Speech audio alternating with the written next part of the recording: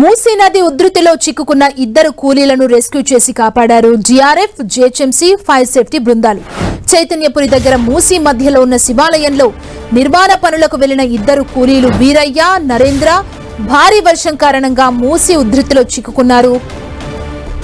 నిమిషానికి మూసీ ఉధృతి పెరగటంతో కూలీలు భయాందోళనకు గురయ్యారు.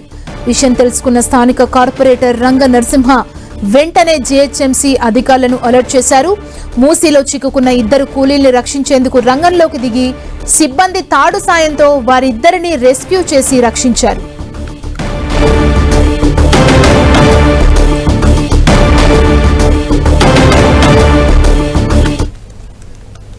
ఈ రోజు మనకు అనుకోకుండా కురిసిన వర్షానికి ఏమైందంటే మన ఫణిగిరి కాలనీలో 2వ శతాబ్దం నాటి శివాలయం ఉంటుందండి. ఆ శివాలయంలో నంది నిర్మాణం కోసం వీరయ్య, నాగేంద్ర అనే కార్మికులు అక్కడికి చేరుకొని వాళ్ళు పని చేయడం జరిగింది. అయితే మనకి 4:30 ఆ టైంలో కురిసిన వర్షానికి వాళ్ళు ఏమనుకున్నారంటే ఈ వర్షం పెద్ద ప్రాబ్లం ఉండదని చెప్పి వాళ్ళు వాళ్ళ పనిలో నిమగ్నమయ్యారు.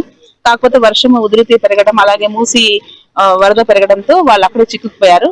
విషయం తెలిసిన స్థానికులు కార్పొరేటర్ గారికి సమాచారం ఇవ్వడంతో సార్ మాకు ఇన్ఫార్మ్ చేశారు. సిబ్బంది వాళ్ళంతా కూడా సకాలంలో చేరుకున్నాము. అలాగే మన రంగనాథ్ గారు కానీ, మేయర్ మేడం కానీ, కమిషనర్ గారు కానీ మాకు వెంటనే సహాయంలో డిఆర్ఎఫ్ టీం ని పంపించి డిఆర్ఎఫ్ సహాయంతో మేము వాళ్ళని బయటికి తీసుకురాగలిగామండి.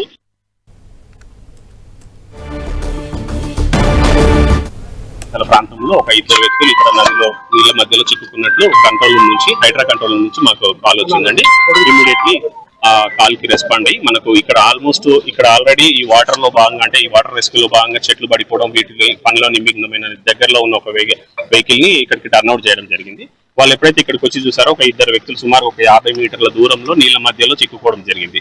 సో ఇమీడియట్లీ మన దగ్గర ఉన్న ఆ తాళ్ల సహాయంతో వాళ్ళు ఒక ఇద్దరు వ్యక్తులను రక్షించడానికి ఇక్కడ నుంచి ఒక ఇద్దరు వ్యక్తులను తాళ్లతో కట్టి అక్కడికి పంపించడం జరిగింది.